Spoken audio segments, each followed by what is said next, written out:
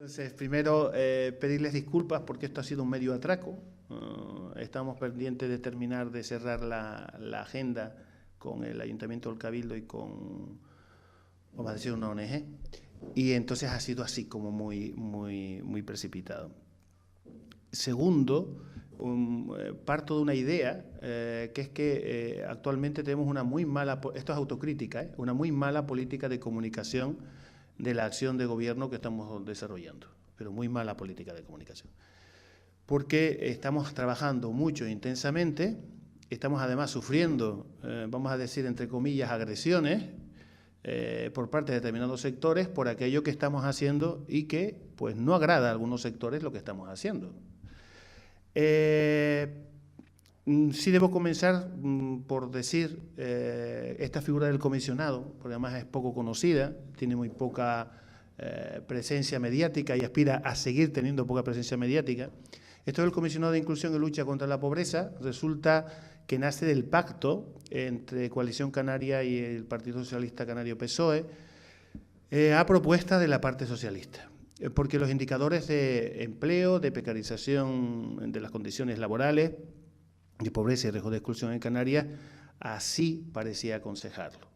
Tiene rango de consejero, estamos en el Consejo de Gobierno con voz pero sin voto, y ya para salvarme a mí mismo, sobre lo difícil que es la tarea, nos otorgan la función de coordinar al Gobierno en materia de inclusión y lucha contra la pobreza.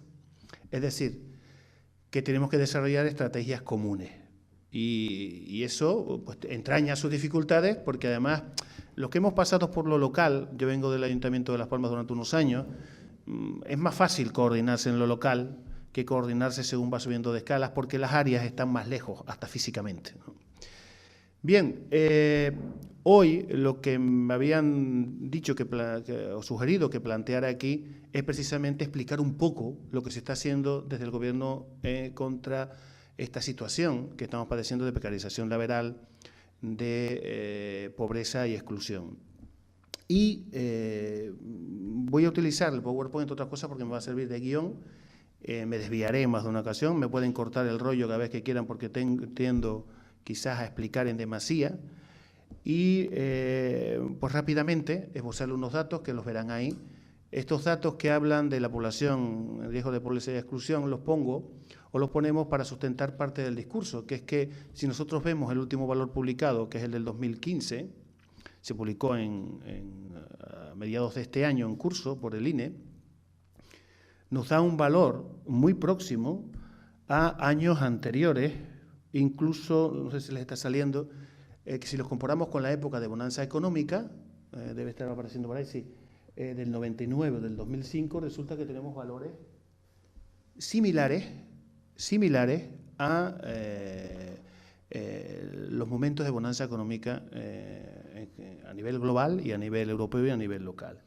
¿Esto por qué lo decimos? Porque esto nos lleva, hay otros datos, pero lo anterior, esto nos lleva a plantear que el problema de la pobreza y la exclusión y el paro en Canarias no es un problema sobrevenido por la gran recesión del 2008, sino es un problema estructural, lo cual no le quita hierro, sino le añade una mayor complejidad a la hora de abordar estas estrategias.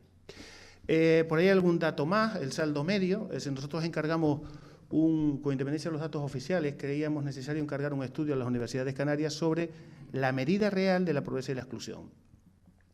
Y nos salen datos, pues la diferencia salarial, la brecha que existe salarial entre las comunidades como la de Madrid o Canarias, y estamos a la cola. Estamos sobros de los que menos cobramos, somos de los que menos cobramos además también pensiones tanto contributivas como no contributivas, estamos siempre por debajo. Y somos además, que ahí no aparece reflejado, la comunidad autónoma donde más han bajado los salarios desde la crisis. Que sí, ese sí que es el elemento nuevo de la crisis.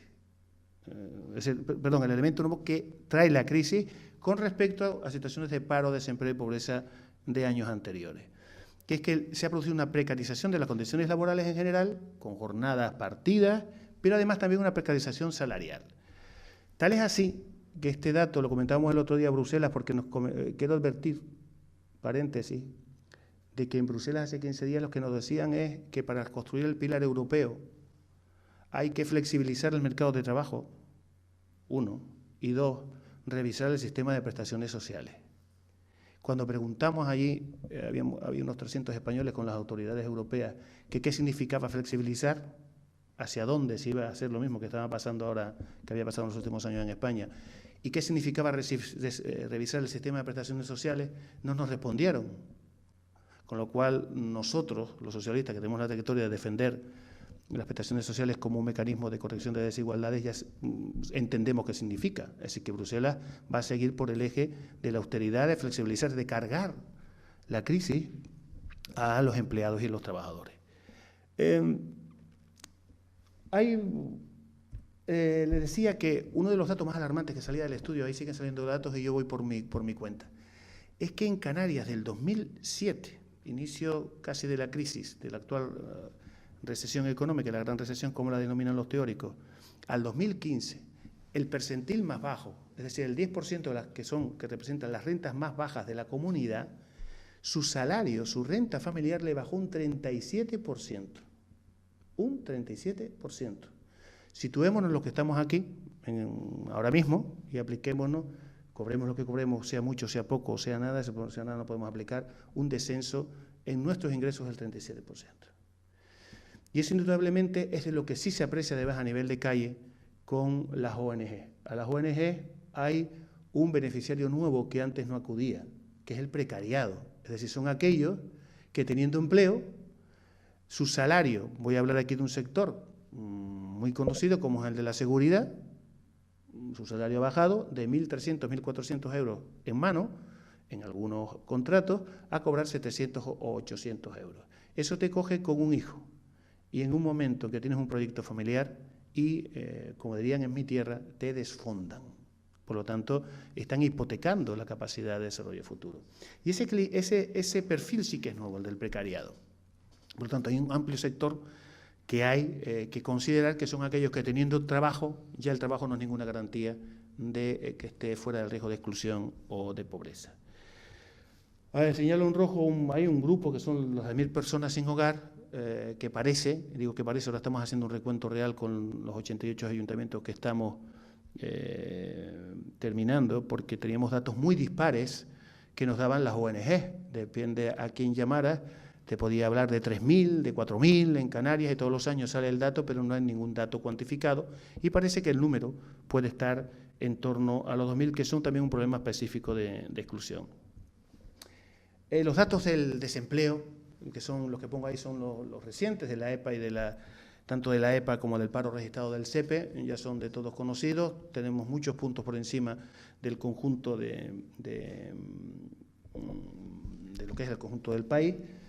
Y en cualquier caso, lo más preocupante es que sin prestación, ahora mismo tenemos los parados sin prestación económica, también fruto de la reforma del Partido Popular, ahora mismo representan el 60,76%. Y el parado de larga duración, de más de 2 años, pues son 113 más, algo más de 113.000 personas. Estos son datos, mezclo datos del 2015 cuando son del 2015, porque son las encuestas, y estos son los datos reales que va dando el INE mes tras mes. Esta situación no es común al conjunto del archipiélago, es mucho más dolorosa en ciudades como Las Palmas o Telde, las áreas urbanas o algunas zonas incluso de Santa Cruz, sur de Tenerife. En las islas, yo también soy de una isla de las mal llamadas menores, hay otros mecanismos de solidaridad que no le quitan problema al asunto, pero que impiden que una persona que padece todo esto entre en marginalidad o pone más dificultad. Sigo con el contexto, estos son datos de los hogares con todos sus miembros en paro en Canarias. Es alarmante. Es verdad que estamos reduciendo. En Fuerteventura, por ejemplo, que ahí no aparezca, desde enero del 2015 a ahora, el paro ha bajado un 20%. Pero claro, cuando miras por qué baja, es que baja en el conjunto del archipiélago, en Fuerteventura, por 2 razones fundamentales, porque es que la gente ya ni se registra, y la otra, que nos preocupa, es que el empleo que se está generando, en su mayoría, es empleo de carácter temporal. Todo esto se contradice después con la evolución económica. El año pasado terminamos con un incremento del PIB notabilísimo.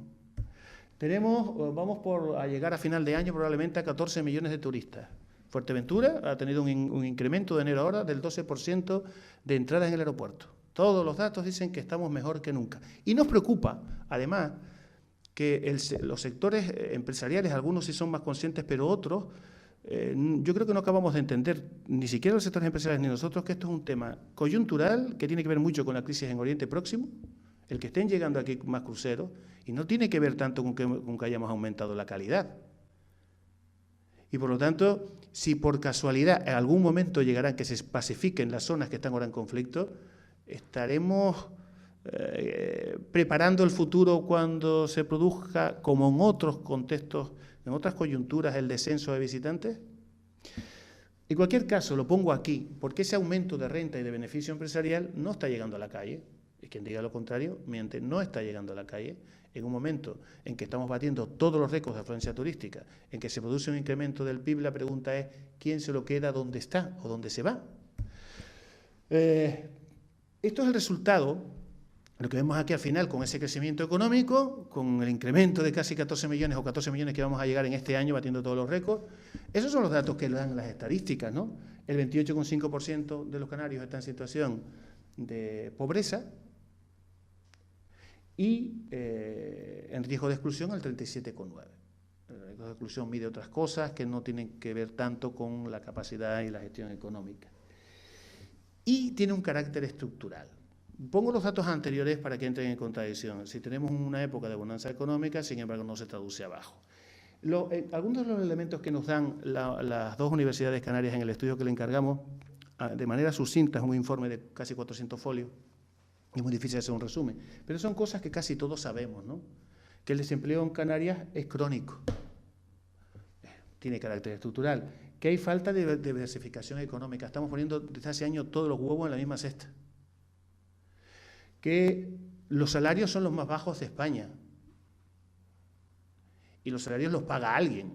Vamos a quedarnos con esta idea para que lo quiero establecer después. La alta tasa de temporalidad de los contratos.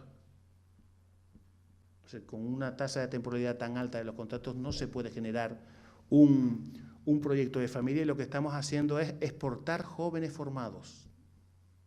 Es la última vertiente. Quien acaba una ingeniería, quien acaba una arquitectura, cualquier carrera, está pensando ya más en irse a Alemania o a Chile o a Perú, la Nueva América, que parece tan progreso, que a quedarse aquí, con lo cual perdemos masa gris, perdemos inteligencia. Y la inversión realizada en ello. La escasa competitividad de las empresas canarias. Las empresas canarias son, no lo digo yo, las menos competitivas, en general, las menos competitivas del conjunto del Estado. Y igual que pasa en el resto de España, pero aquí más, si tú no eres competitivo con la calidad, con la inteligencia, con la investigación, con la innovación, ¿con qué lo eres? Con el salario. Eso es uno de los motivos que hace que los salarios de los canarios hayan bajado más proporcionalmente que los salarios del conjunto de los españoles. Y estoy generalizando, evidentemente hay empresas canarias que son competitivas incluso a nivel nacional o incluso a nivel internacional. La escasa formación de los canarios, cuando miramos el perfil en detalle, ya no lo que nos dicen las estadísticas puras y duras, sino poniéndolas todas en contradicción, poniéndolas en la batidora con las dos universidades, Dios mío, sí que estamos con un bajo nivel formativo y una enorme contradicción, ¿no? Porque siendo una comunidad autónoma donde el 80% del PIB gira en torno a la actividad turística, además de los puertos, ¿no? Dice, ¿cómo es posible que, por ejemplo, que tengamos tan poco conocimiento de idiomas?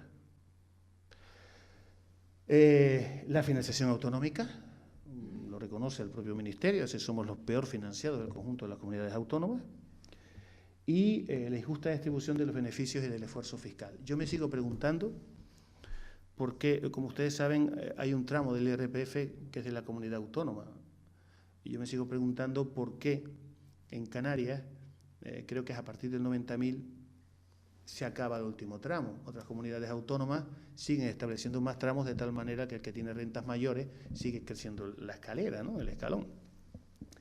Y por lo tanto, si esos elementos están, que hay otros, habrá que actuar sobre ellos.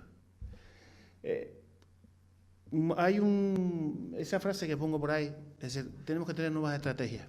Y mire, los datos que vienen ahora, creo que los puse, reflejan datos de diciembre del 2015.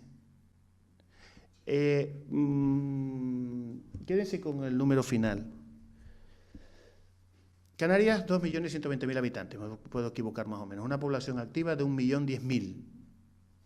Y en diciembre del 2015, teníamos 452.000 canarios que estaban recibiendo una contraprestación económica por desempleo, la prestación canaria de inserción, pensiones no contributivas, pensiones contributivas, que como dije antes son las más bajas.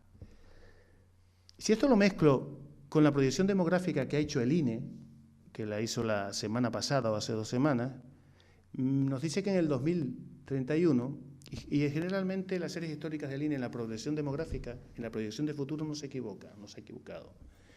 Dice que en el 2031, entre otros Domingo y yo, ya estaremos con más de 65 años y por lo tanto estaremos, si el sistema lo sigue permitiendo, entre los que recibiremos una prestación por pensión contributiva o no contributiva. Y estaremos Domingo y yo, lo siento Domingo, te tocó, triplicando el gasto que hoy le damos a la sanidad, al sistema público. Si esa proyección demográfica se confirma, resultará ser que en el 2031 tendremos unos 750.000 canarios que estarán recibiendo una prestación económica. Si está la hucha de las pensiones como está, si ustedes han asistido al debate de la sanidad canaria, o empezamos a idear sistemas defensivos del estado del bienestar, o algunos tendrán la justificación perfecta para decir esto es insostenible económicamente. Porque ahora repito los datos. El crecimiento de la población hasta el 2031 es muy flojito en toda España. O sea, prácticamente se estanca la población, así que seguimos, lo que le da para Canarias es que tenemos apenas 100.000 habitantes más, porque parimos menos. Si vamos a tener la misma población activa aproximada de 1 millón de habitantes y vamos a tener 750.000 que reciben una prestación económica además de gastos sanitarios, las cuentas no salen. Y ese escenario tenemos que tenerlo en cuenta y lo estamos intentando tener en cuenta. Ahora entro aquí un capítulo nuevo, que es que frente a ese resumen precipitado que acabo de hacer, ¿qué fueron las primeras decisiones del gobierno? ¿Qué es lo que me encomendaron? Mire, lo primero es hacer caso a una recomendación europea, que es los fondos FEDER, el operativo se desarrollarán sobre todo en las zonas formativas, porque antes hablé de los idiomas, pero no hablé de la formación profesional. Les voy a citar un ejemplo. Asticán, en Las Palmas, la empresa de astilleros, de reparaciones navales, lleva como 6 años contratando a operarios de soldadura fría submarina en Holanda, Polonia, Escocia y Galicia. Y hemos sido incapaces, en esos años, de generar módulos en la FP que formen a los jóvenes o no tan jóvenes para ocupar ese nicho. Y está el puerto lleno de plataformas en los últimos años. Pero claro, eso no se hace si no tienes recursos a invertir. Por tanto, esto de por aquí por estar la educación, o sea que por estar, sí que se está haciendo un esfuerzo ahora la FP, pero hacen falta más recursos para reconvertir los talleres que ya están. Porque para cambiar el modelo sí que no lo podemos cambiar, porque ustedes saben, eso es marco estatal, ¿no? Y en el Fondo Social también hay capítulos específicos de los programas que se han aprobado relacionados con la lucha contra la pobreza. Lo primero que hicimos fue reconocer el problema. Cuando llegamos, la vicepresidenta Patricia Hernández se encuentra con que hay 9.000 altas que son mentiras en dependencia. No sé si recordarán aquella polémica y demás, y se evidenció haciendo un recuento, se habían inflado los datos para quedar bien. No sabemos muy bien quién, si fue la consejería, si fue el ministerio, pero para quedar bien en las estadísticas del conjunto del Estado. Estábamos diciéndole que 9.000 personas con problemas de movilidad por la edad o porque tenían una discapacidad estaban dentro del sistema recibiendo una prestación. Falso. Por lo menos reconocer la dimensión. Segundo, que había una insuficiencia financiera para la PCI, la Prestación Canaria de Inserción, que como ustedes saben suple o intenta suplir o cubrir las necesidades de aquellos que quedan fuera de la cobertura por desempleo. De conocer el desvío sanitario. Había que primero, vamos a ver dónde están los problemas reales, y se tomaron ya medidas. La primera fue universalizar la sanidad. La segunda, apostar por la sanidad, a pesar de los ataques que le han hecho al consejero, que yo creo que ha salido victorioso, porque en un momento de esto de las presiones en el gobierno y las críticas por fuera, me consta, yo creo que aquí lo puedo decir, esto no lo pongan después en la red, que Patricia le pregunta a Jesús, con el ataque brutal que estaba recibiendo de una parte muy identificada del gobierno. Oye, Jesús, ¿tú tienes la seguridad de que si tú te vas, las personas que están recibiendo el tratamiento de hepatitis C van a seguir recibiéndolo? Se le fueron las dudas a Jesús. Según cuenta Patricia en una reunión pública de nuestra organización, ¿no? Por eso lo comento. Reconocidos esos problemas de insuficiencia, pues había que moverse, y lo primero que hicimos fue una ley de crédito extraordinario. No es nada habitual hacerla al final del año. La victoria no está en hacerla, sino en el destino que se le dio a ese dinero. Y ese dinero, como está ahí la distribución, unos 7,5 millones, eso fue en noviembre, creo que fue en noviembre, sí, del 2015. Ese dinero permitió ampliar las cifras que tienen ustedes ahí de 7,5, lo estoy recordando, y 1,9, como estoy mirando, para dependencia. Mire, y esta es la cifra real. Este cuadrito sí que lo queríamos hacer y presentar. Eso ha hecho el PSI sobre la prestación canaria de inserción, que nosotros recibimos que las familias perceptoras en mayo de 2015, eran unas 4.000 y ya no había dinero.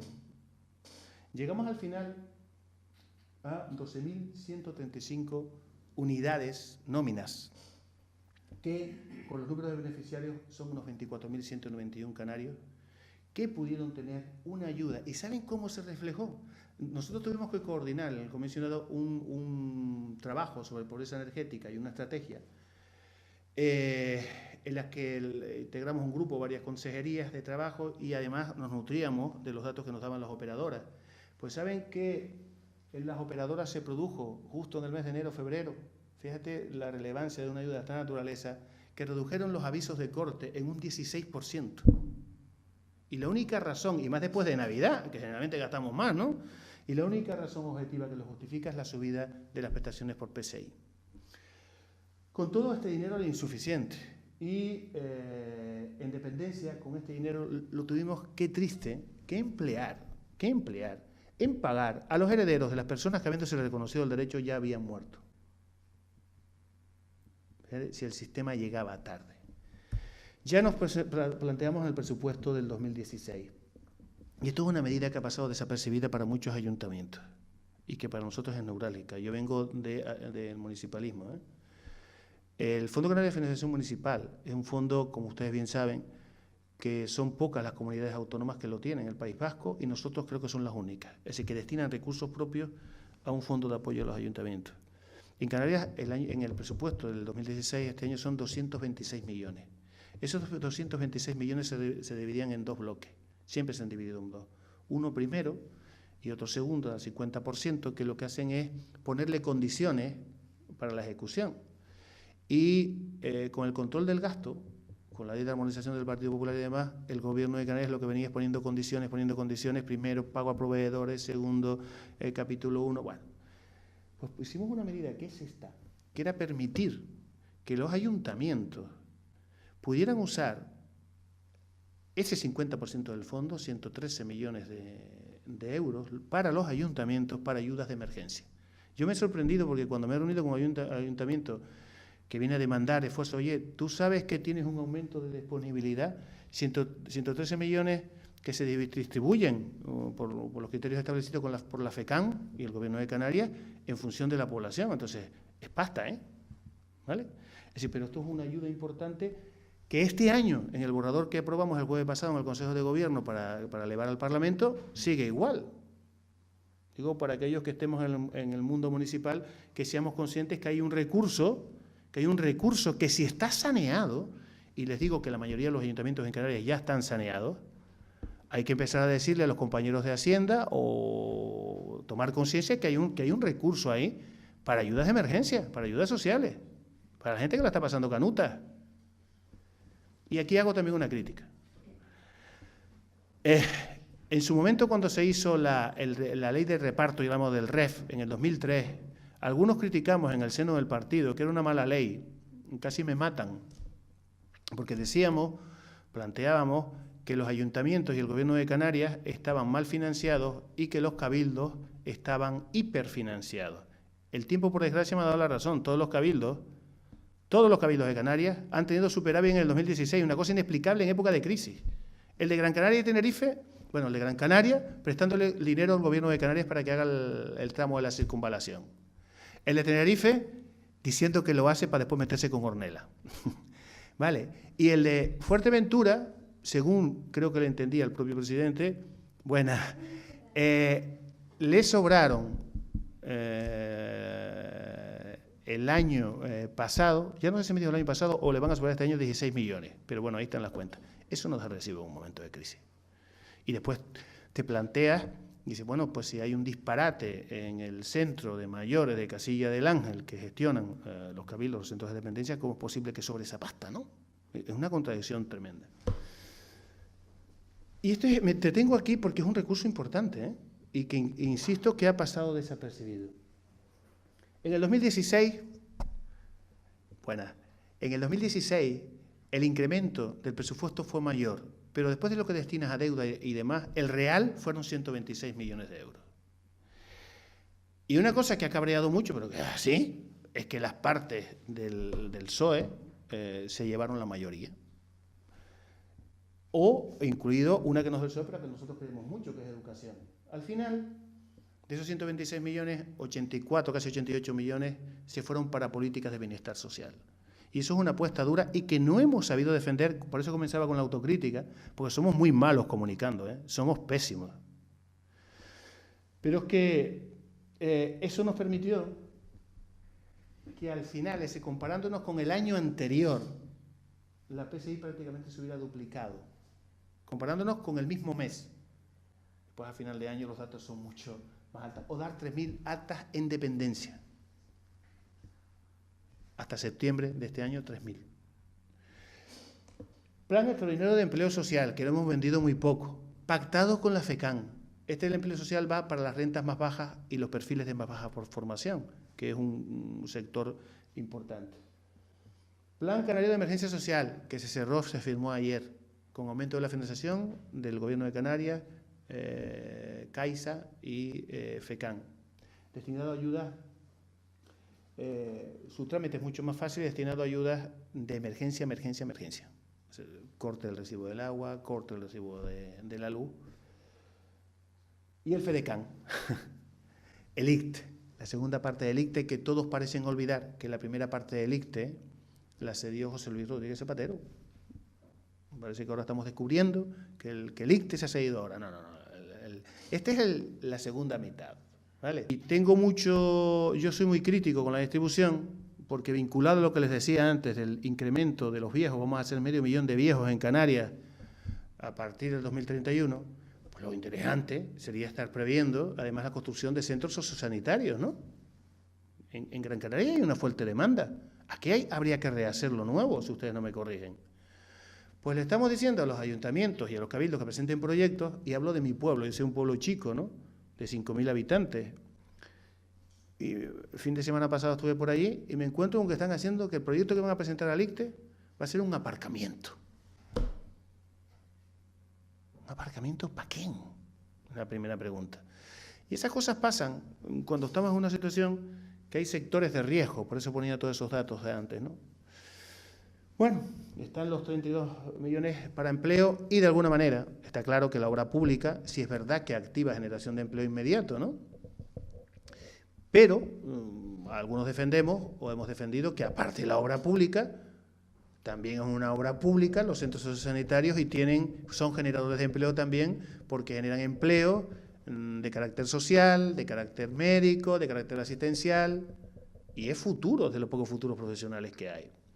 Por cierto, un futuro profesional que estaría muy vinculado también al turismo sociosanitario que poco estamos explorando en Canarias y que variaría un poco, nos haría diversificar un poco. Voy muy En sanidad no solo apostamos por mantener y ampliar los servicios con los que nos encontramos. Se vieron, y ustedes están padeciendo aquí un problema, ¿vale? Pero ese problema ya se pusieron el año pasado, me parece que fueron 5 millones de euros, y este año 6, o el año pasado 6, este año 5, para el hospital.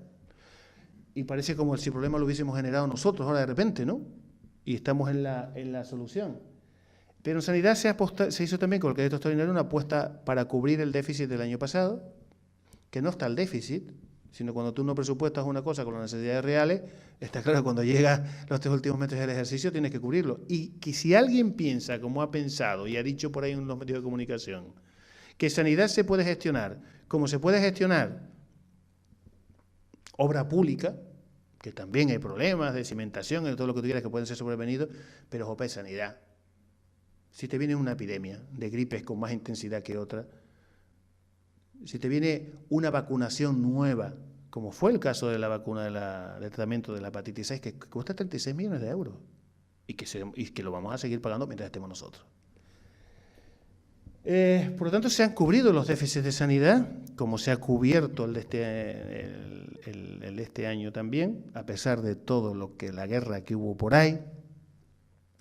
Y se creó algo para nosotros muy importante, que es esta unidad funcional en sanidad, que aspira a cambiar el modus operandi, sobre todo de la medicina ambulatoria, de los centros urbanos y demás, que inicie una práctica que ya hacen algunos profesionales de la medicina, que es evaluar al paciente no solo por el padecimiento físico o psíquico, sino por pérdidas de habilidades sociales.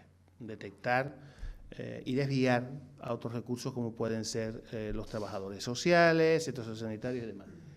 En materia educativa, no solo se mantuvieron los comedores escolares, sino además se ampliaron los pagos de fraccionamiento de 4 a 6, se hicieron exenciones totales de matrículas al alumnado con discapacidad, víctimas de violencia de género, se abrió el abanico para facilitar el acceso a la universidad. Y en septiembre volvimos a hacer una ley de crédito extraordinario, como todos los años, entre septiembre y noviembre, pero otra vez la discusión era hacia dónde iban, ¿no? Hacia dónde iban. Pues ahí está parte de la distribución hacia dónde iban. 10 millones para sanidad, que fue la parte más gruesa, corrígeme si me equivoco cuando los miro ustedes, 7 millones para PSI. Total, esa distribución para dependientes más y tal, ha hecho que ahora, hacia el final de año, hayamos provocado un aumento en el 2016 a políticas de bienestar de 118 millones de euros. Y siguen siendo insuficientes. Siguen siendo insuficientes. Pero se empiezan a notar. Se empiezan a notar. El que Cáritas diga que está atendiendo un 15% menos de personas en Canarias, el que UNELCO nos diga que han bajado un 16% los cortes, entendemos que tiene que ver bastante con esto. Entendemos. E insisto, no nos alivia. No nos alivia para nada. En medios, pues se ha aprobado hacer una de las cosas, esta primera nos toca a nosotros, coordinar una estrategia contra la pobreza energética que se está comenzando a materializar ahora. Tenemos que terminar de firmar un convenio con UNELCO, que Endesa y las otras operadores que hacen que cueste mucho más ejecutar un corte, que va a facilitar el bono social, el acceso al bono social. Es triste que en Canarias haya 123.000 familias que, pudiéndose acoger a un descuento del 25% de la factura eléctrica, páguenlo quien lo pague, las empresas o el Estado, no lo pueden hacer porque hay un reglamento que dice que si tu vivienda es de más de 20 años, tienes que encargar una revisión técnica, lo que la gente popularmente llama el boletín, pero claro, si tienes una nómina de 600 o 421 euros, que es la PSI, y tienes que hacer una revisión en la que te van a cobrar 300 o 1.400 euros, depende del tamaño de la casa que tengas, ¿quién va a decir que quiere cambiar? Es en otras comunidades autónomas basta una llamada a la empresa para hacer el cambio de titular y que te apliquen automáticamente el bono social. No es de recibo que a día de hoy, pudiendo estar beneficiadas 123.000 familias en Canarias, no lo estén por un reglamento que tiene que ver con las instalaciones técnicas y que otras comunidades autónomas lo tienen que cambiar. Esa es una de las cuestiones que viene de la pobreza energética. ¿Y a qué se me voy a detener? El 19 de agosto, el Gobierno de septiembre. El 19 de septiembre el gobierno, García Maribel, aprobó las directrices que aparecen ahí, que yo las llamo cláusulas sociales. Es decir, la indicación expresa a todos los servicios de contratación del Gobierno de Canarias, y los ayuntamientos pueden hacer mucho ahí, de que tenían que incluir cláusulas sociales en la contratación pública. Les doy la estrella a la cláusula social que hemos puesto.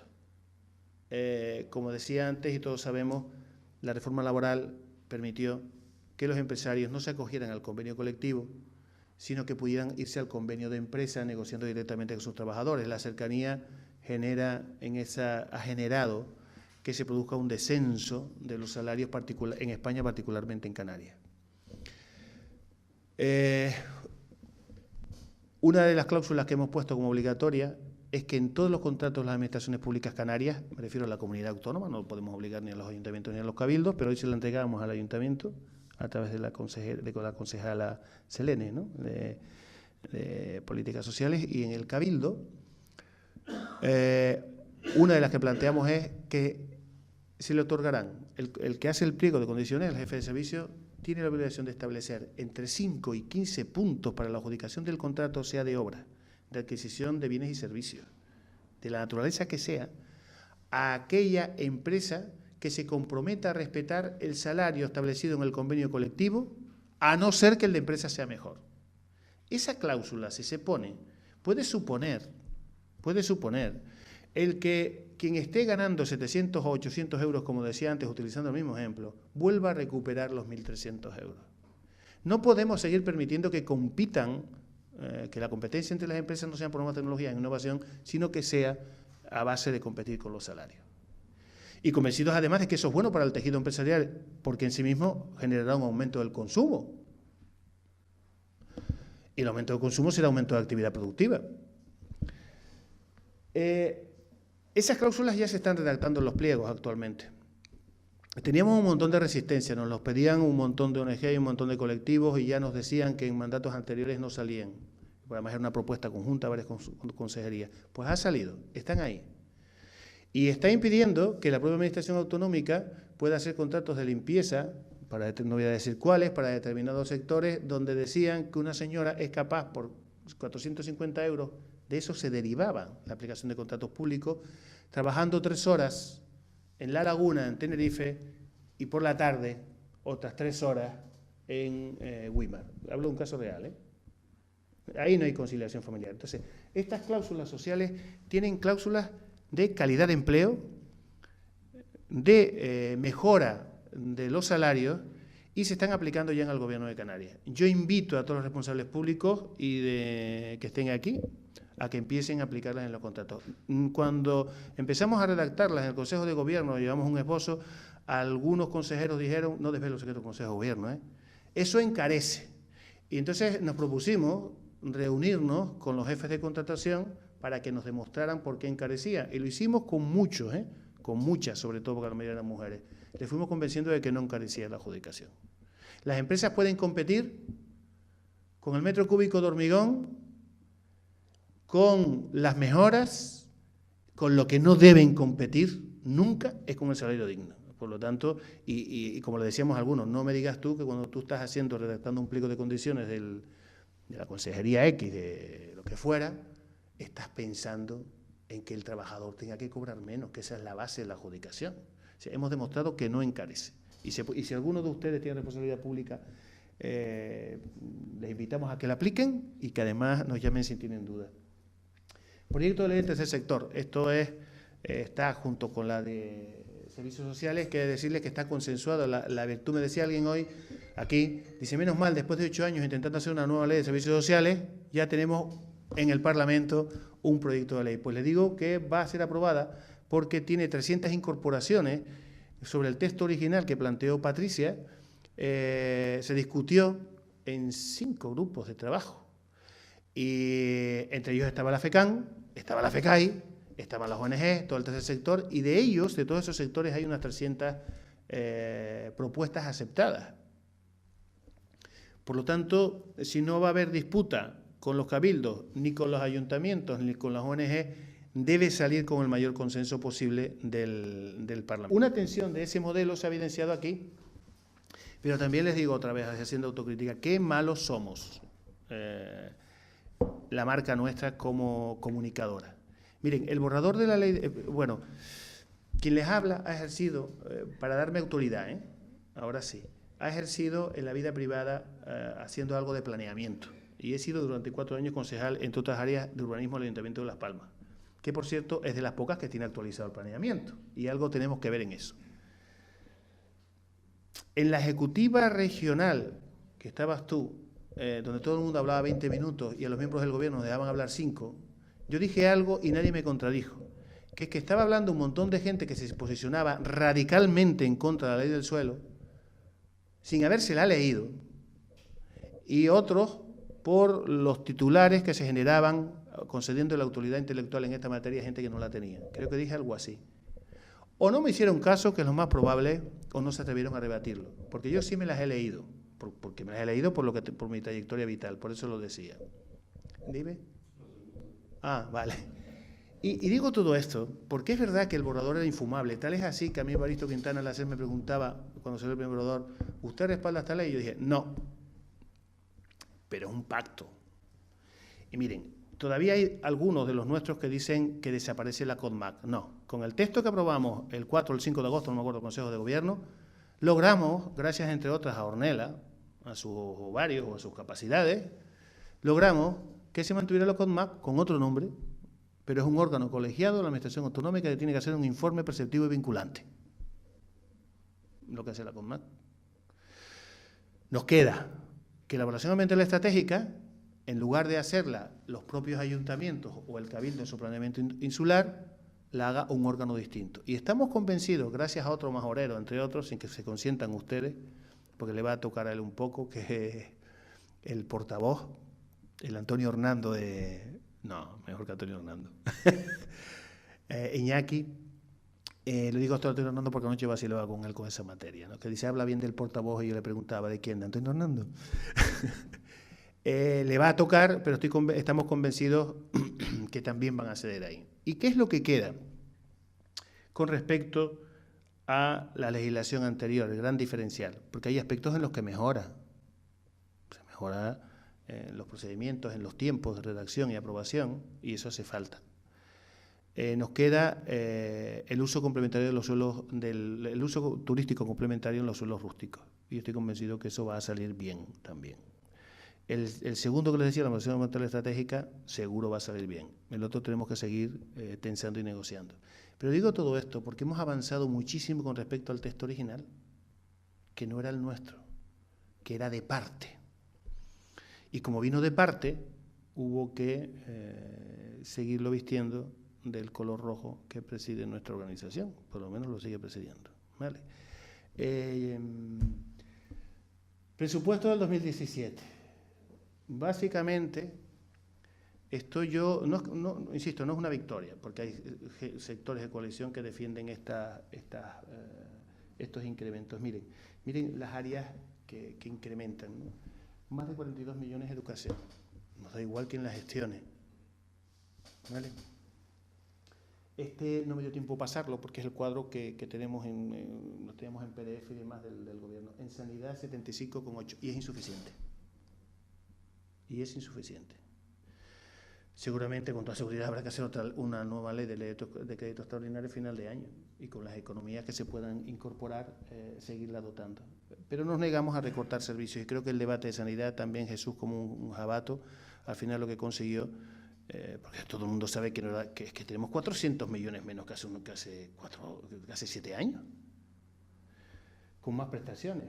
Y yo creo que el debate público lo ganó Jesús porque, entre otras cosas, concitó el apoyo de todos los colectivos profesionales del sector y se refleja aquí. Alguien le pedía a Jesús que hiciera un recorte de 10 millones hace un mes y medio. Se transforma en que lo ponemos, en lugar de recortarlo, lo ponemos y ahora hay 76 millones más, redondeando al alza, si me lo permite. ¿Quién ganó la batalla dialéctica? ¿Quién ganó la batalla ideológica? Justicia e igualdad, 10,9. Pongo este incremento porque tiene mucho que ver con el acceso a la justicia gratuita, que menos mal ha sido otra vez por sentencia del Supremo revertido. Por lo tanto, si vemos el incremento, en total de servicios fundamentales tenemos 186 millones de euros, de un incremento real de disponibilidad, porque como digo, deuda siempre llega a una parte de 230. Yo creo que estamos por el buen camino y quiero terminar como comencé antes de la última. Eso es una distribución que no lo quiero cansar más, ya por capítulos de donde se producen los incrementos con respecto al año pasado. Me he permitido señalarlos en rojo, porque hay incrementos que son muy notables, que es el que tiene que ver, que se llama Fomento de la Inclusión Social, que ese es el nombre de la partida, pero que es PCI, Prestación Canaria de Inserción. Me parece como muy notable. El tema de inserción de los ocupados, estamos hablando de empleo, 29 millones más con respecto al ejercicio anterior. Promoción de vivienda, 6 millones más con respecto al ejercicio anterior, que necesariamente no van a ir a promoción, porque estamos cambiando el modelo. La promoción pública ya no es rentable y puede ser más cara que la adquisición de viviendas vacías. ¿Vale? Y yo creo que Patricia ha hecho un buen cambio ahí, porque hay viviendas vacías y además evita, a veces hay algunos núcleos de renovación urbana donde hay personas que pueden generar más conflictividad social. Además, en la práctica del urbanismo francés, la mejor integración es la dispersión, ¿no? Por lo tanto, no estás trasladando un problema social a una zona. La Consejería de Sanidad, que me pongo aquí, en atención especializada. La atención especializada, aparte que también es un incremento notable en atención primaria, pero la especializada estamos hablando, entre otras cosas, de intervenciones quirúrgicas. La Consejería de Educación, estamos por la FP, aquí, el incremento de la FP que lo estamos pidiendo todos, sobre todo para la reconversión de esos talleres de mecánica de vehículos en mecánica naval si fuera necesario, utilizando el ejemplo anterior. Y esto no sirve, no va a servir, todas estas medidas, sin embargo, no van a servir sino para paliar. O generamos más empleo, o generamos más actividad económica, o el sistema, vuelvo a la idea original, quiebra. Por lo tanto, la misión que nos han encargado, que me quita el sueño, es esto, que es lo que estamos haciendo. Y me entretengo un minuto y acabo ya, no les quito más tiempo. En la misión fundamental que tiene el comisionado, aparte de coordinar con el tema de esa pobreza energética, todos los asuntos que surjan o las cláusulas sociales, es hacer el nuevo plan estratégico de inclusión social y lucha contra la pobreza de Canarias. Para aquí se han generado 3 grupos de trabajo. Un grupo de expertos y expertas, que yo llamo grupos de sabios, que hay desde jueces del Supremo a médicos de reconocido prestigio, abogados, economistas, políticos o expolíticas de todo color, pero que pueden aportar conocimiento. Un segundo grupo que llamamos interadministrativo, que es de la propia administración autonómica, son una veintena de personas, que son dos viceconsejeros y el resto son directores generales. Y un tercer grupo que son la FECAI, la FECAN, las universidades, los colegios profesionales más implicados, amplísimo también ese grupo, las ONG, y que todas esas tienen que hacer propuestas a este plan de inclusión. El plan de inclusión va a entrar en materias tan diversas como la informatización de la comunidad autónoma. En Bruselas recomiendan, y dentro de poco, lo digo para los que estamos en gestión pública, la integración del servicio de empleo y políticas sociales. En Canarias tenemos un servicio de empleo que tiene un entorno informático, para hacerme entender, y los servicios de políticas sociales, otro entorno informático, de tal manera que teniendo una de las mejores plataformas informáticas del Estado en España, somos de las peores en interoperatividad. Y eso significa que una familia que tenga una persona con discapacidad, hablo de un caso real, que estén todos los miembros en paro, tiene que ir por 4 ventanillas desde el ayuntamiento a las consejerías presentando los mismos papeles, con lo que supone de pérdida de recursos además. Bruselas lo va a exigir dentro de poco y en Canarias estamos a la cola. Vamos a hablar de eso, vamos a hablar de reforma administrativa, vamos a hablar de reforma fiscal. Y en eso estamos. Hoy veníamos a hablar de esto también de manera más entretenida con los responsables de ayuntamientos y cabildo. Ahora mismo hay unas 500 propuestas presentadas, iniciativas presentadas, faltan más. Ahora las cribaremos, las seleccionaremos, las ordenaremos. Y la idea nuestra es no estar, porque llevo uno en el 98, no estar 4 años en la redacción, sino el año próximo poderlo presentar al Gobierno y al Parlamento. Que tiene que ser una guía estratégica. No puede ser que sigamos presupuestando, pensando en hacer carreteras, que también habrá que hacerlas, y no pensando en las infraestructuras que el futuro inmediato nos va a demandar, como el ejemplo que les citaba antes. Y como comentaba esta mañana, tal vez no hay que hacer infraestructuras nuevas, porque a la vez que crecen el grupo de mayores se están vaciando los colegios, pero sí hay que tener un plan para revisar el mapa escolar y reconvertir, se me ocurre, esas instalaciones educativas, por ejemplo, en centro de día para mayores. Con esto les doy las gracias, me someto a cualquier pregunta y lamento el más que, pero era difícil en un corto periodo de tiempo explicar toda esta cuestión. Gracias, compás.